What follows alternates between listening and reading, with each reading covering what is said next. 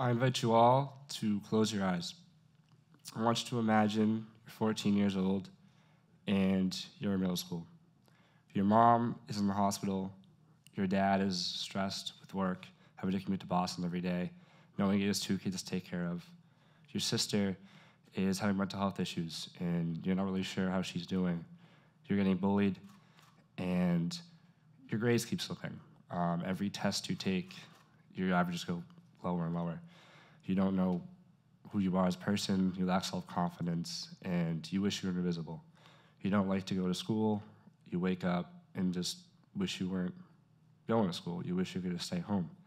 But you really have no way to tell your parents or sister what's going on because she's already in therapy and it's a lot of stress for her. You witnessed your mom on the plane almost die in front of you, and you're trying to process all this at the same time. And losing your mom at that time, you now have to make your own lunch, and you have to kind of walk yourself to school to and back, and you do your own laundry. And this might not seem like a big thing for all you guys, but as a 14-year-old, I'm used to my mom doing that. But I have no idea what I'm doing. So I'm just trying to figure it out. And it's really hard because you don't know what's going on. And now I want you to imagine you're a freshman at an all-boys Catholic high school. You're lucky enough to go and fortunate, and you're thankful for your parents to send you there. But you have a kid up against the class, and you're choking him.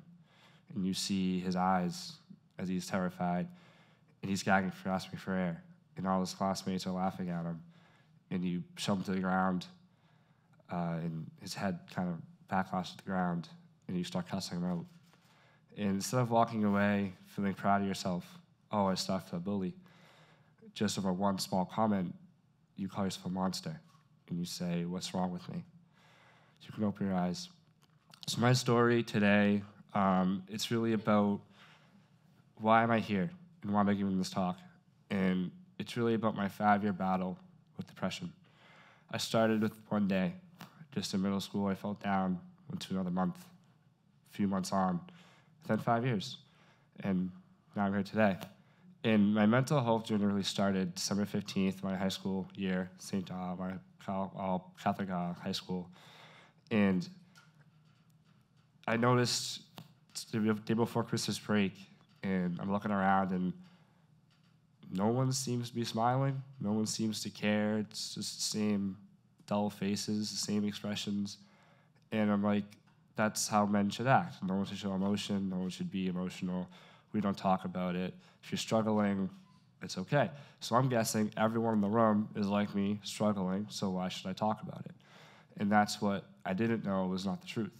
Because at the time, that's all I thought, and that's all I saw. And that was hard for me. And then that kind of led me to start a mental health journey.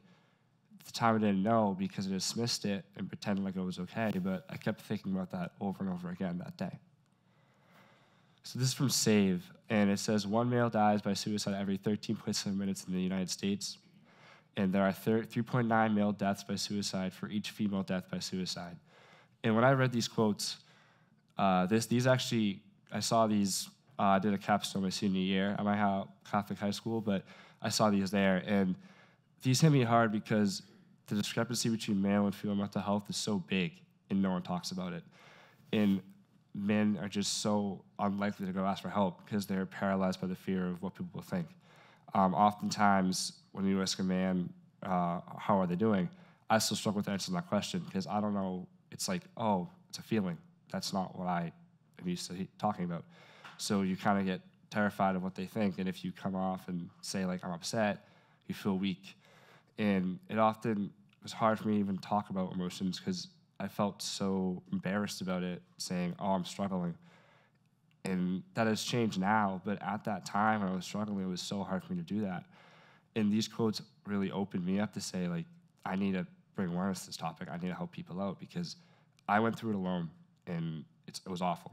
You know, some nights were worse than others, and some are better, but I don't want people to have to go through that alone.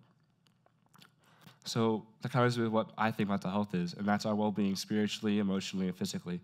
And what I think, these terms are really blanket. I mean, you can probably look this up and find the exact definition, but those terms to me mean something deeper, where it kind of encapsulates all three big areas of your life. And it allowed me personally to find out who I am as a person and what it really means to me. Like, why am I the way I am, and who am I truly?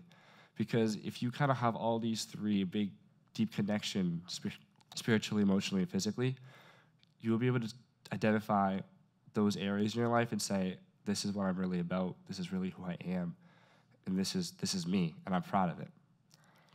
This leads me to toxic masculinity. And to go back to the opening moment, that moment I refer to as kind of like cutting chicken. I wasn't thinking about doing that. When you go to cut a piece of chicken on your plate, you think of putting the fork in and cutting it, and then putting the fork on the piece and eating it.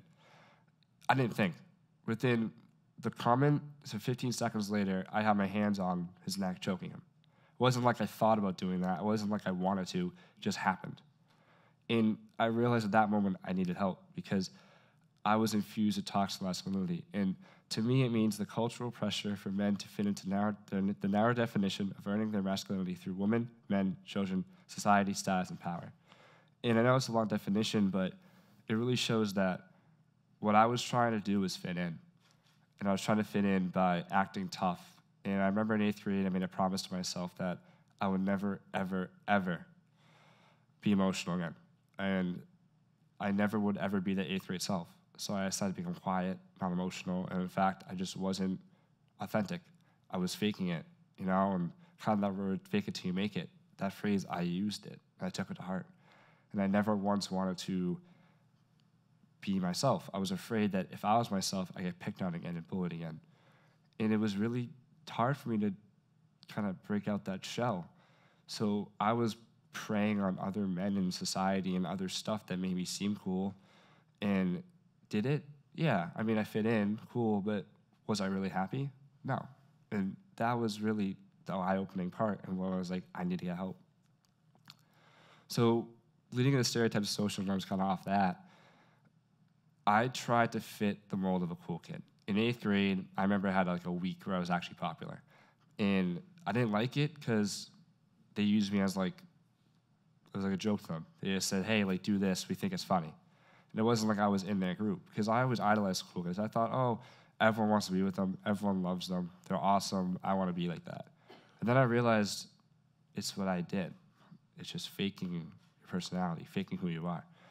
And you put an image on, you kind of like try to put an act on, right? And I kind of refer to it as when you go to bed at night, we all kind of have a moment where we think to ourselves of who we actually are, and then we go to the real world as a different face, right? When you go to a class as a student or to work, you have a different persona, like you put on a different act for, people, versus when you're alone with maybe your close friends by yourself. And that was something that I struggled with immensely, and I couldn't come to terms with the fact that I'm not who I want to be, and I don't know who I am, and I'm trying to figure it all at the same time, but I wasn't really allowing myself to get there. And the social norm that I had to deal with, and I think a lot of people understand, men should be tough and muscular and, be a good husband and raise the kids and all that type of stuff, but it's a lot more than that, because it's the emotional side that no one really understands, where you go through something really tough, you can't openly talk about it. It's like you feel there's like pressure, or someone will look at you and be like, you're weak. Like, don't cry about it. Like, come on, man up. And I grew up and kind of was raised where it's like, if I had a cut, like, put dirt on it. Like, get up, don't cry. So that's what I thought was normal. I mean, I always thought that was how it should be. And I remember specifically, I was just hanging out one day, and when I was in hospital, I broke down to my sister, and I felt like it just all came out. It just was bawling my eyes out, and I couldn't deal with it. I was just a mess, and it was like I held it in for so long, and I had a boiling point. And that's what I thought was normal. I thought that was what you should do. I thought that was what should happen. So kind of going into like back depression and how I had to deal with it, this is a recent picture of me in the gym, my home gym, just opened up. It's really nice. I love it. But I relied on the gym like every single day. And it was bad, because I would go to the gym, and all I would say is, I have to go, not because I want to go, not because I want to work out, just because to feel something. It would be like, I would be there for 2 to 3 hours just to feel something. And it wouldn't be like, oh, I'm going to feel happy. It was, I just felt happy because I was picking up weight and I was releasing all the pain. And then when I was out the gym, I was sad. I was depressed again because I didn't have that feeling. And I relied on it day in and day out. And I remember the first day, actually, I was never a great athlete. You know, I wasn't extraordinary, but I was decent. I was average. But I remember when I went to St. John's, I did rowing. And I started kind of getting some muscle. And I was, this is awesome. So I went to pick up a dumbbell for the first time. And I started doing a curl. And I remember I said, I'm not good at anything, but I can be good at this because it doesn't take talent. It just takes work ethic. And that phrase has stuck with me ever since because my self-confidence was so low. I was so ashamed of who I was that being in the gym made me be confident in who I am as a person because, like, image-wise, like, I feel good about how I look. But also just it gives you a lot of mental clarity, and you can really think of different aspects in your life properly and clearly. But this was just something that I relied on heavily. And until I kind of sophomore year, until I realized stop trying to fit in and be yourself, this was something that was just, was my vice. And I still do today as a vice, but I can really deal with it properly now. Because before I couldn't. Before it was just so hard for me to even get out there and say, hey, like, I'm struggling. And the consequences of fighting alone is something that I struggle with daily. There's a lot of traumas and flashbacks I have of moments. People say words that they don't know they even say, just normal phrases that will set something off because I went through it alone and it was hard. But I will say that, you know, I remember senior year, this past winter, my grandma passed away, and I went right to school and work the next day. No hesitation, nothing. Just pretended like it never happened. And that opened me up again to saying, that's not right. Like, I should take a moment to debrief it. And I still haven't thought about it. I still haven't thought of what happened. Like, I still haven't even emotionally reflected on that moment. And that's something that is a consequence because I call it a kill switch. I killed that childhood version of me that summer of 8th grade because I was so afraid of getting picked on that I didn't want to be emotional or open. And I killed it. And I remember in sophomore year, going back to that moment, I tried to look at myself and say, okay, I'm better, or I'm getting better, and finally comfortable with who I am. And I looked in the mirror, and I wasn't the same person as I was in 8th grade. And I realized that that part was missing. And that childhood part, it's not so much of me as, oh, like, it's happiness. Because I'm happy now, I'm very happy now, but it's that happiness to be in the present of, like, you're a kid, like, you're riding a bike, like, you're playing dodgeball, like, you're happy to be there. All I think about is the future. Am I doing enough now? Am I going to do a job in the future? Am I doing this? Am I being good enough? It's like, it's always stress. It's always conflicting opinions in my head. It's like always fighting out.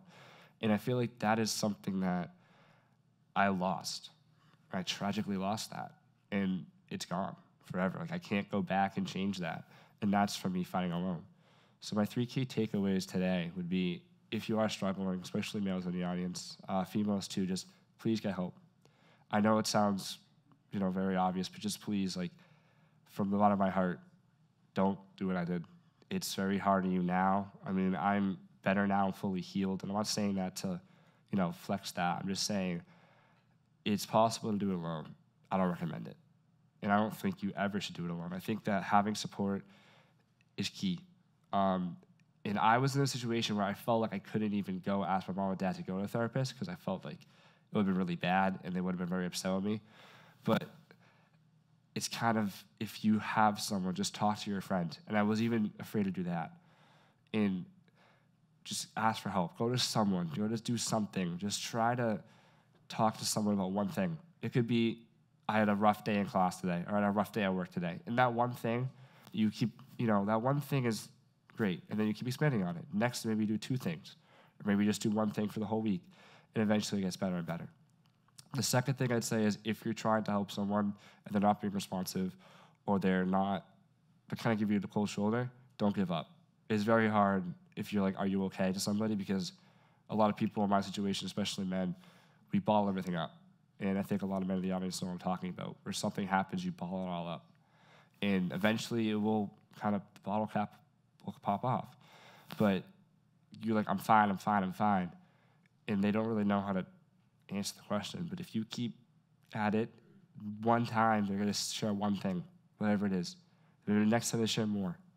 But eventually they will open up to you and you will be able to help them. And maybe they have to go to counseling, but you will be able to give them that support and give them the resources they need, which is really helpful.